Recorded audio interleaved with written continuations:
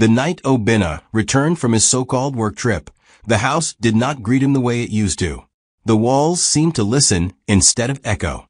Zainab noticed it immediately. The way he stepped in like a guest who had overstayed his welcome somewhere else. The way his eyes avoided hers, as if they carried a secret too heavy to be shared under electric light. His suitcase rested by the door like an undecided thought, untouched, accusing. Usually, he would announce his arrival loudly, complaining about airport delays or bad hotel pillows. But this time, silence followed him in like a shadow that refused to leave. Zainab smiled anyway, because marriage had taught her that not every quiet moment deserved interrogation. Some moments only needed patience. At dinner, Obina barely ate. He pushed food around his plate, stared at his phone, and sighed as though life itself had personally offended him. Zainab joked that Abuja must have drained his soul along with his energy, but Obina only nodded without humor. His laughter, once quick and careless, had slowed down like a radio losing signal. When she reached for his hand across the table, he pulled away under the excuse of heat. Zainab raised an eyebrow, but said nothing. She had learned that Obina disliked questions that arrived too early. He preferred lies that matured on their own. That night, when they lay side by side, Obina turned his back to her. No kiss. No casual touch. Just distance wrapped in silence. Zainab stared at the ceiling, listening to his breathing, counting the seconds between inhales like someone measuring a storm from far away. She told herself it was stress. Promotions came with pressure. He had said so himself. Still, something felt off, not loud enough to panic, but persistent enough to linger. Like a bad smell someone kept pretending not to notice. The days that followed introduced a new version of Obina, one Zainab did not recognize, but tried very hard to understand. He woke up earlier than usual and came home later than before. When she asked how work was going, his answers were short, clipped, efficient, like a man billing conversation by the minute. He avoided her eyes during meals, avoided shared jokes, avoided everything that once made their marriage feel like a partnership instead of a routine. Zainab wondered if this was what people meant when they said marriages changed. Maybe this was just another phase, uncomfortable but survivable. In the bedroom, distance became policy. Obina blamed exhaustion, deadlines, stress, heat, cold, anything available at the moment. Zainab laughed it off at first, teasing him gently, telling him he was acting like an old generator that needed rest before producing anything useful. He smiled faintly but did not respond. Over time, the jokes dried up. Rejection, when repeated often enough, stopped feeling accidental and began to feel intentional. Zainab caught herself standing in front of the mirror one evening, adjusting her clothes unnecessarily, wondering when exactly she had started competing with silence. What hurt most was not the lack of touch, but the lack of explanation. Obina acted as though intimacy was a favor he could withdraw without notice. When Zainab tried to talk, he accused her of overthinking. When she expressed concern, he dismissed it as insecurity. "You worry too much," he said one night, rolling over. Zainab stayed awake long after he slept, staring at the dark, realizing that being ignored could sometimes be louder than being insulted.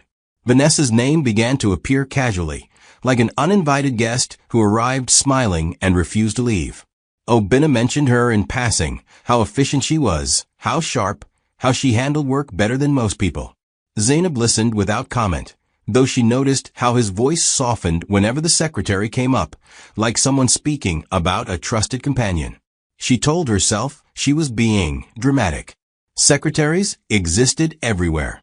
Women worked. Life moved on. But patterns, once noticed, refused to unexist. Obina smiled at his phone more often now. He typed quickly, protectively, angling the screen away from her view. When Zainab jokingly asked if he had become a celebrity overnight, he frowned and asked why she always suspected nonsense. The humor died instantly. It was like stepping on a hidden nail. You didn't expect pain, but there it was, sharp and unforgiving. Later that week, Obina mentioned another upcoming trip and added, almost too quickly, that Vanessa would be joining the team. Zainab nodded, though something inside her tightened. She wanted to ask why his secretary traveled so much, but she swallowed the question. She had been accused of suspicion once already, and she had no desire to wear that label again. Still, that night, she dreamed of shadows moving between doors, of voices whispering just beyond reach. When she woke up, Obinna was already gone. The argument did not start loudly. It never did. Zainab simply asked how the trip had gone, nothing accusatory, nothing sharp. Obinna's reaction came like a slap disguised as annoyance. He snapped at her, accusing her of interrogation, of distrust, of making his life difficult. His words arrived faster than explanations, sharper than facts. Zainab stood there stunned, watching the man she married transform a simple question into a courtroom offense. She apologized, even though she wasn't sure what for. Obinna accepted the apology with arrogance, not relief. He spoke about pressure, about expectations, about how he couldn't come home and face drama. Zainab listened quietly, wondering when concern became drama and when curiosity became crime. The house felt smaller that night, like the walls were inching closer to hear the truth before she could. Later, alone in the kitchen, Zainab replayed the argument in her head. It wasn't what he said, it was how quickly he said it, how ready he was to attack. People with nothing to hide didn't usually react like that. Still, she pushed the thought away. Love required faith, she told herself. And she had built her marriage on belief, not suspicion. Obinna brought up his health the following week, casually, like someone mentioning bad weather. He complained about discomfort, blamed stress, blamed travel, blamed everything except clarity. When Zainab suggested seeing a doctor together, he refused sharply, saying it was nothing serious.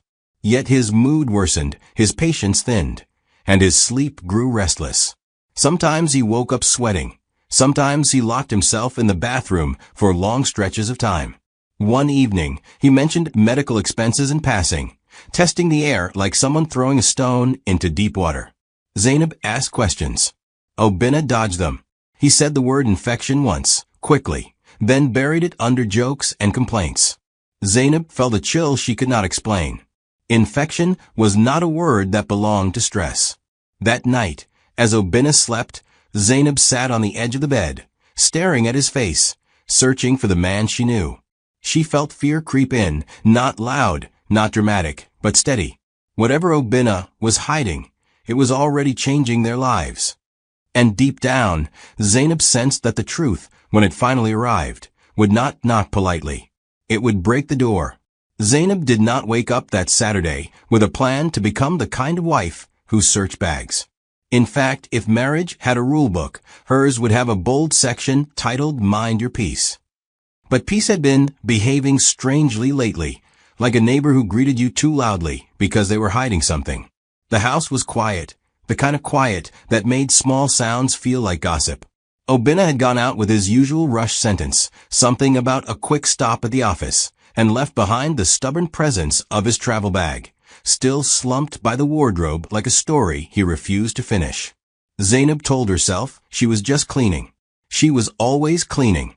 Nigerian wives cleaned even when the house was already clean, because sometimes you sweep the floor when what you really want is to sweep your mind.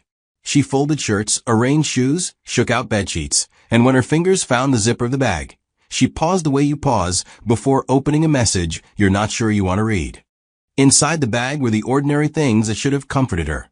A crumpled suit, socks rolled like defeated soldiers, a few receipts, and the faint smell of hotel detergent that always reminded Zainab of public bathrooms, pretending to be luxury. She almost laughed at herself. See? Nothing. Then she noticed a stiffness between files, paper folded too neatly to be accidental. The kind of neatness that didn't belong to Obinna, a man who could misplace his own belt while wearing trousers. Zainab pulled it out slowly. A hospital card. Not a flyer. Not a business card. A hospital card with Obinna's name printed boldly, as if the ink itself had confidence. Her eyes dropped to the date, and her stomach tightened, as if someone had suddenly tied a knot in her body. The date was not random. It sat there like a witness, matching the work trip, lining up with his new coldness, his new excuses, his sudden irritation, his back turned in bed. For a moment, Zainab felt foolish, Foolish for trusting silence. Foolish for swallowing doubt like bitter medicine. Foolish for thinking love could survive on vibes and prayers alone.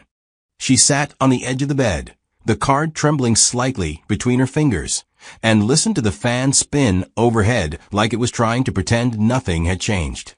Her mind ran quickly in circles. Maybe it was stress, maybe it was food poisoning, maybe it was a routine test, maybe it was nothing. But even nothing didn't hide itself like this. Nothing didn't fold itself into secrecy. Nothing didn't carry dates that matched lies. Zainab's throat felt dry, but her eyes stayed clear. She had expected anger, maybe tears, but what rose instead was a strange calm, sharp, clean, almost insulting in how composed it felt. She folded the card back exactly as she found it, returned it to the bag, and zipped it shut with careful hands. If Obinna wanted secrets, she would not shout them into the air yet. She would hold them quietly, like a stone in her pocket, until the right moment. And as she stood up, she realized the truth about suspicion. It starts as a whisper, but once it learns your name, it never stops calling. Zainab waited 2 full days before speaking, not because she was afraid, but because she understood Obinna's temper the way you understand harmattan. If you rush outside without covering yourself, you will suffer for it. She studied his moods, his posture, the timing of his sighs, the way his eyes kept returning to his phone as though it contained oxygen. On Monday evening, the house was unusually calm. Obinna ate a little, complained a little, even managed half a smile at a joke on television. Zainab chose that moment the way a careful person chooses when to cross a busy road, not when cars are loud, but when the danger is quietly moving. She sat near him, relaxed her shoulders, and spoke gently, as though she was asking about a colleague or a distant cousin. "Obinna," she began, "I saw something in your travel bag. A hospital card. Are you okay?" Her voice carried concern, not accusation. She even added a small laugh, the kind people use to soften heavy words. "Don't tell me Abuja served you pepper soup with walla inside." Obinna's body stiffened instantly. It was subtle, but Zainab saw it, the quick tightening of the jaw, the eyes shifting like someone searching for an exit in a room with too many mirrors. He forced a laugh that sounded borrowed. "Hospital card?" he repeated, as if the words were foreign. "Why are you checking my bag?" And just like that, the conversation changed direction, not toward his health, not toward explanations, but toward her crime. Zainab kept her tone steady and reminded him she was cleaning. She didn't say she had been worried. She didn't say the date matched the trip. She didn't say his coldness had become a pattern. She offered him an easy path, a simple explanation, a calm reassurance, a chance to be honest without losing pride. But Obinna did not take the path. He preferred to set the road on fire and blame her for the smoke. He accused her of distrust. He called it disrespect. He said she was turning their home into an investigation office. He asked whether she had joined police training without informing him. His sarcasm came fast, like stones thrown to scare birds away from crops. Zainab tried again, still calm, still careful. She said she wasn't accusing him of anything. She just wanted to understand.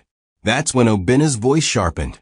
"So you don't trust me," he said, turning it into a statement. "You're like those women who look for trouble because their life is too quiet." He spoke about privacy as though marriage was a rented apartment and she was an intruder. He spoke about stress as though stress could produce hospital cards and secrecy without questions. Zainab watched him speak and realized he was not answering because he didn't want to. He was not confused. He was strategic. He was building a wall out of anger so she wouldn't ask again. When she apologized because years of keeping peace had trained her mouth to say sorry even when her heart wasn't guilty, Obinna relaxed slightly, like a man who had successfully pushed a problem back into the corner. But Zainab did not feel defeated. She felt awake. Obinna had just told her something without saying it. A man who is innocent does not panic at gentle concern. A man with nothing to hide does not turn questions into war. And as she lay in bed that night listening to his restless breathing, Zainab realized she had crossed a line she could never uncross. She had seen the shape of his lie, and it had Obinna's face. After that confrontation, Obina's behavior shifted from avoidance to control, like someone who realized silence wasn't enough and decided to start managing the environment. He began watching Zainab the way people watch a pot they think might boil over, never looking directly, but always aware. He asked her where she went when she stepped out. He called more often during the day, not with affection, but with check-ins that sounded like inspections. When she returned from the market, he glanced at the bags, asking why tomatoes were more expensive, as though he had suddenly become Minister of Agriculture. Zainab found it almost funny at first. Obina, who once acted allergic to grocery receipts, now behaved like he was auditing her life. She joked lightly one evening, "So you finally joined the Ministry of Finance in addition to your job?" Obina did not laugh. His seriousness had become a new kind of loud. He also began planting statements in conversation like nails on a road. "We need to be careful with money," he said casually. "Expenses are rising." He started talking about emergency savings, about unexpected medical issues, about how a responsible wife should understand seasons. Zainab listened quietly, her face neutral, her mind working. The funniest part, if it wasn't so insulting, was how he spoke as though the emergency had fallen from the sky, as though sickness had simply visited their home like a random guest, not something invited by recklessness. He tested her sympathy like someone dipping a finger into soup to check if it needed salt. "If something happens health-wise," he said one night, "I'll need you to be strong." Zainab nodded slowly, fighting the urge to laugh at the audacity of a man who wanted strength from the person he was weakening. At night, Obina became a different kind of restless. He would wake up and head to the bathroom for long periods, turning on the tap as though running water could wash away guilt. He checked his phone repeatedly, sometimes stepping outside to take calls with his back turned, as if his spine was now employed as a security guard. Zainab noticed little details, how he kept his phone face down, how he changed passwords, how he started leaving the room to reply messages. Sometimes he stared into space, then sighed like a man burdened by invisible consequences. He wasn't affectionate, but he wasn't completely cold either.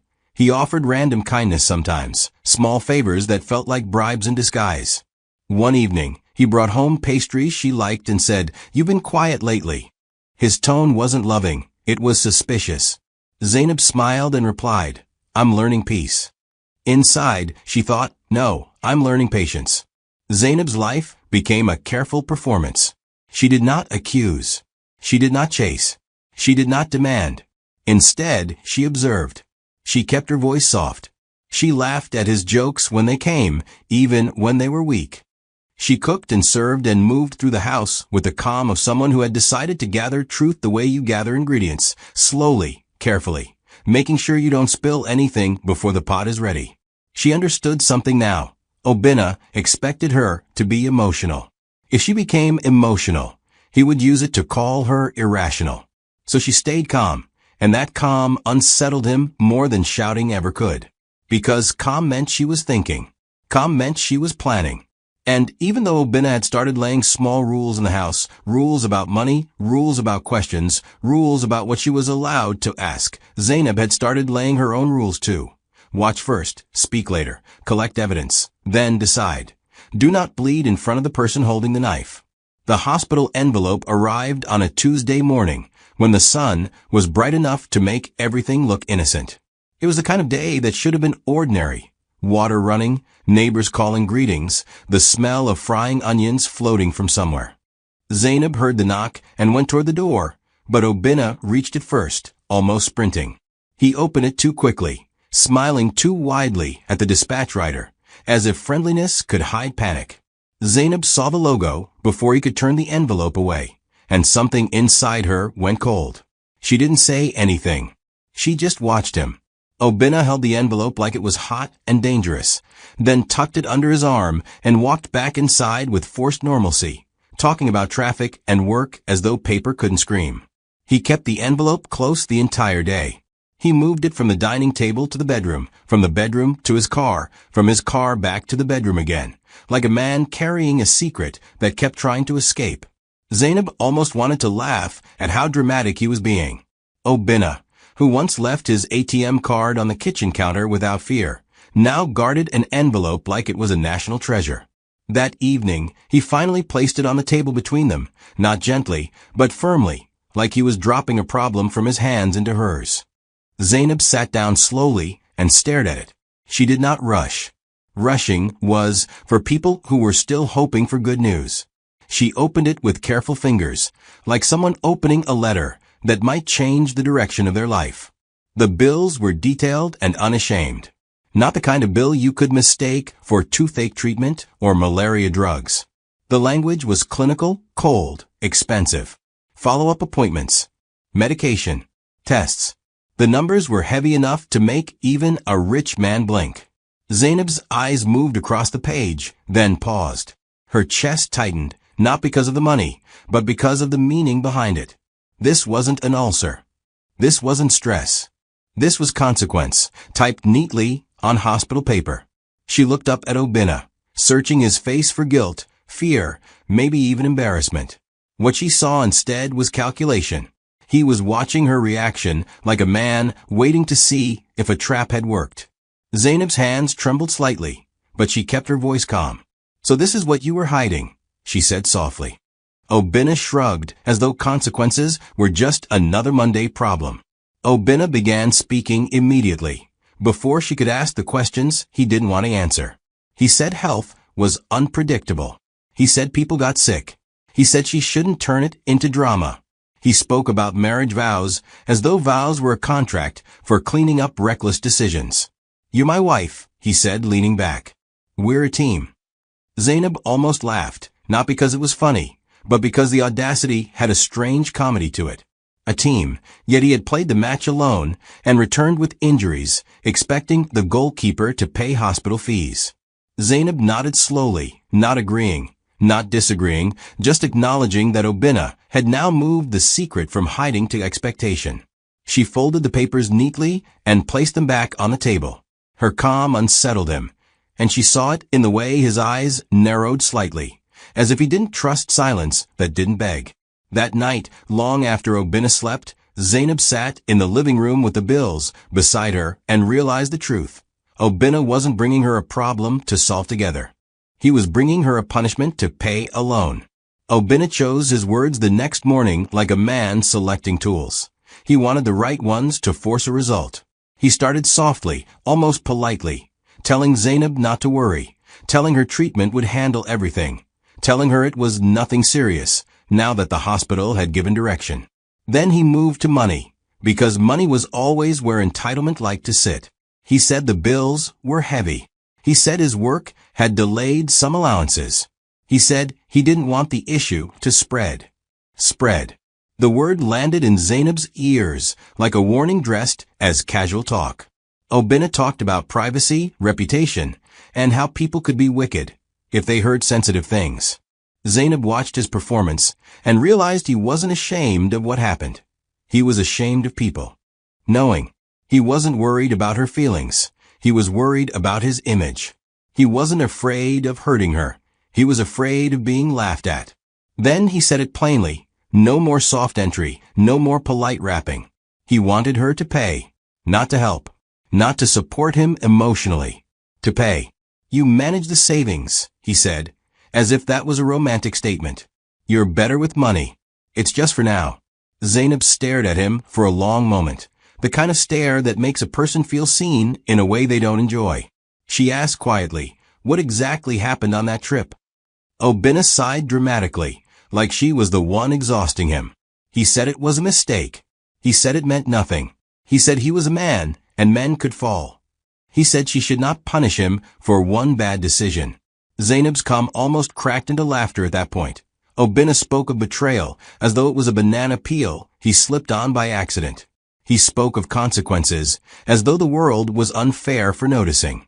He spoke of love as though love meant accepting anything, paying anything, swallowing anything. Zainab did not shout. She did not throw the bills. She did not do the dramatic things movies train people to do. Instead, she asked one question, steady and quiet. "Was it Vanessa?"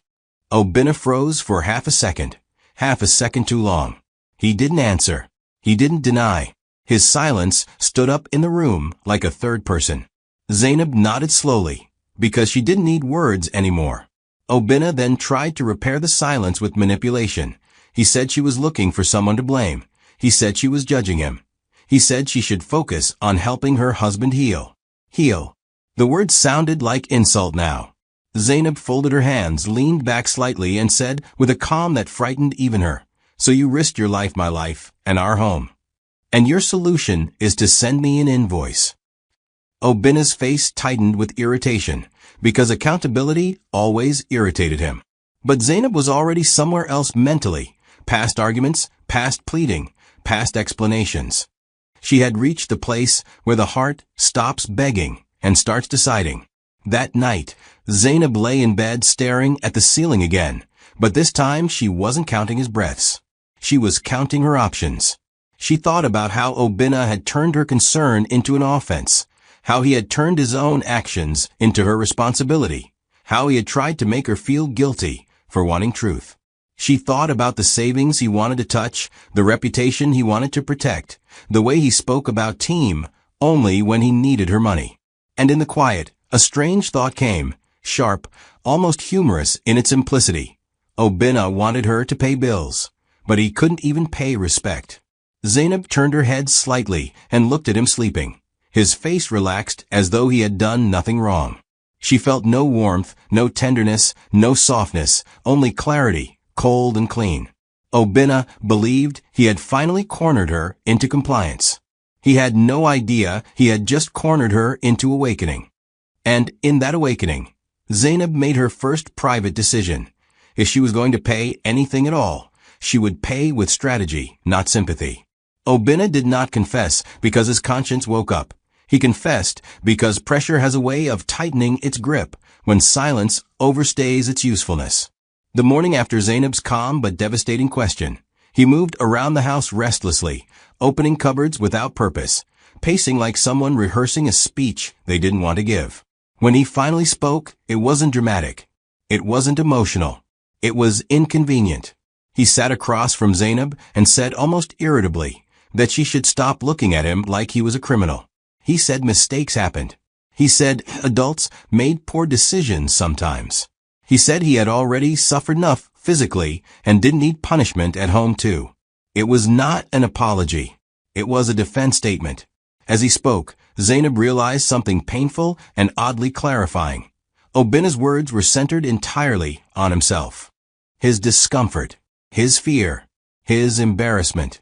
He talked about how lonely he felt on the trip, how pressure from work made him careless, how temptation showed up unexpectedly. He mentioned Vanessa's name once, quickly, like someone stepping on hot ground, and immediately framed her as irrelevant, a footnote to his suffering. He never said he was sorry for endangering Zainab. He never asked if she was afraid. He never wondered aloud what it felt like to discover hospital bills tied to betrayal. Instead, he spoke like a man explaining why rain fell, as though nature itself was responsible. Zainab listened without interruption, her face unreadable, because she was beginning to understand that people revealed their values most clearly when they thought they were justifying themselves. When he finished, Obina looked at her expectantly, waiting for relief, forgiveness, or at least emotional collapse. What he received instead was silence, heavy, thoughtful silence. Zainab nodded once, slowly, not in agreement, but in acknowledgement. She did not argue. She did not cry. She did not ask follow-up questions. That unnerved him more than shouting ever could. In that quiet, Obina sensed something slipping out of his control, though he could not name it yet. And Zainab, sitting there with her hands folded neatly in her lap, realized that this confession had answered every question she needed answered, not about the affair, but about the man she had married. Zainab surprised Obina 2 days later by agreeing to pay the bills. She said it calmly, plainly, without conditions, without raised voice. Obina's shoulders relaxed instantly, relief spreading across his face like a man who had just escaped consequences by the narrowest margin. He thanked her quickly, then awkwardly, then began talking about recovery, about moving forward, about how this phase would soon be behind them. He spoke as though the agreement had reset everything, as though money had the power to rewind betrayal. Zainab watched him carefully, committing his relief to memory. What Obina did not notice was how specific Zainab's agreement was. She did not say she forgave him. She did not say she understood. She did not say everything would be fine. She said only that she would handle the bills. And in that narrow promise, she had already drawn a line.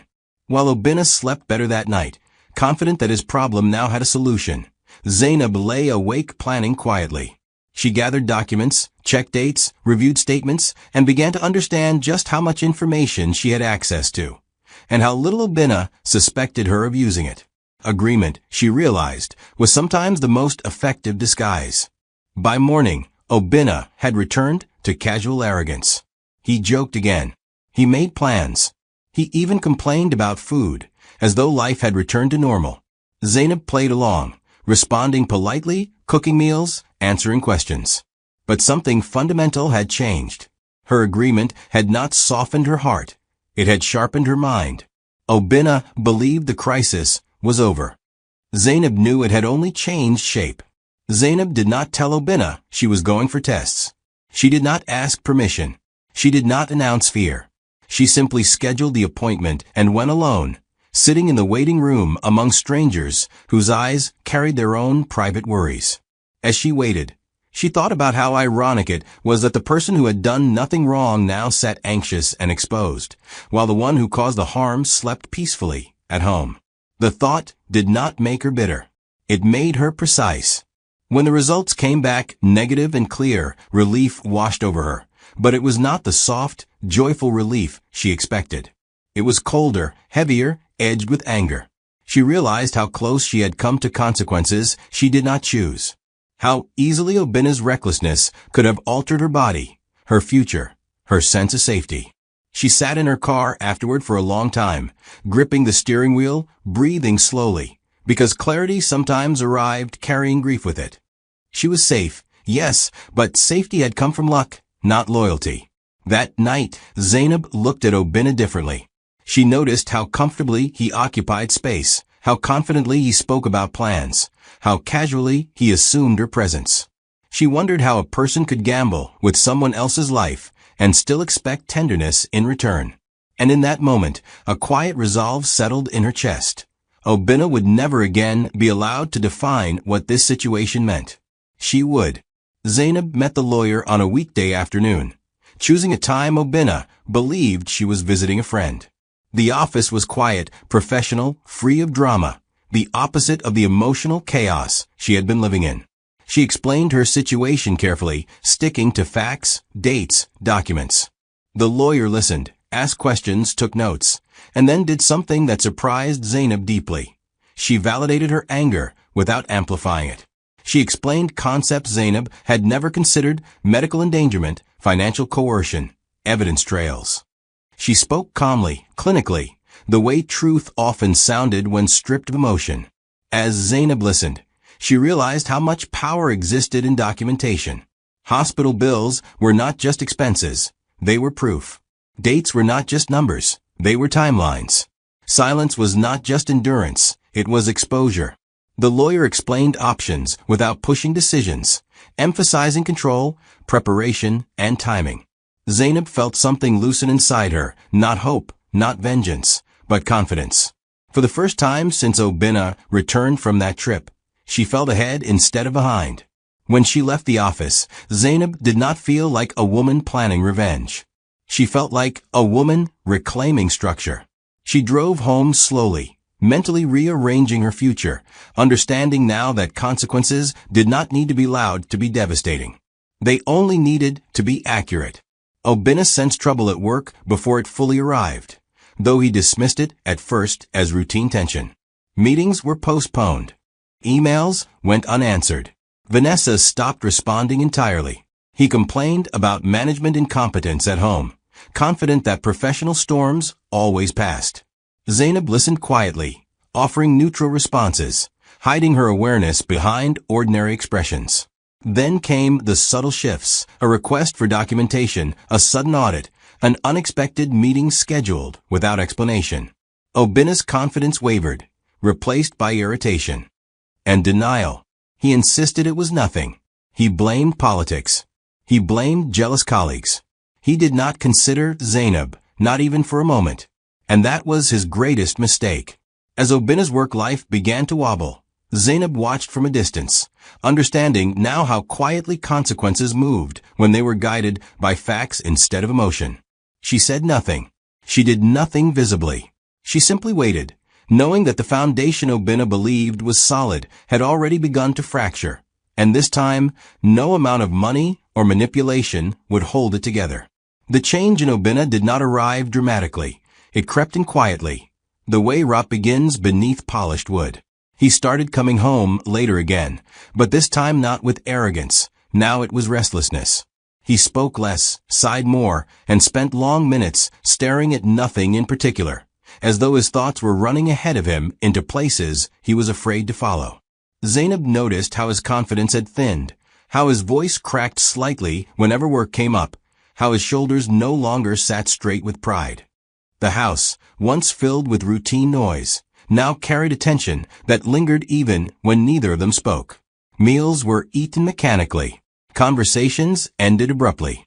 The walls, which had once witnessed laughter and arguments alike, now absorbed silence like a sponge soaking up spilled water.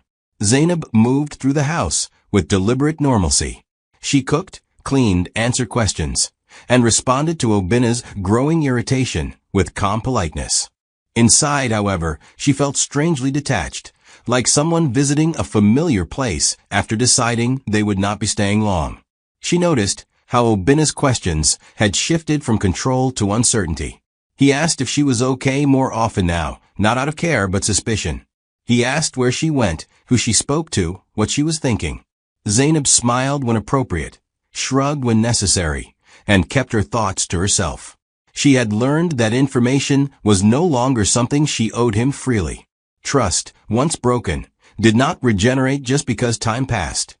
At night, Zainab lay awake listening to Obina toss and turn, his sleep fractured by anxiety he pretended not to have. She felt no urge to comfort him. Compassion without accountability had already cost her enough. Instead, she thought about how strange it was that a man could invite chaos into his own life and still be shocked when it refused to leave politely. Obina believed the danger was outside the house, in his office, among his colleagues, in unanswered emails. Zainab knew better. The real danger was already sleeping beside him, fully awake. The call came on a Wednesday afternoon, sharp and unexpected, cutting through Obina's routine like a blade through fabric. Zainab was in the kitchen when she heard his voice rise slightly, the forced calm in his tone cracking under pressure. He stepped outside to take the call, pacing the small space with quick, uneven steps.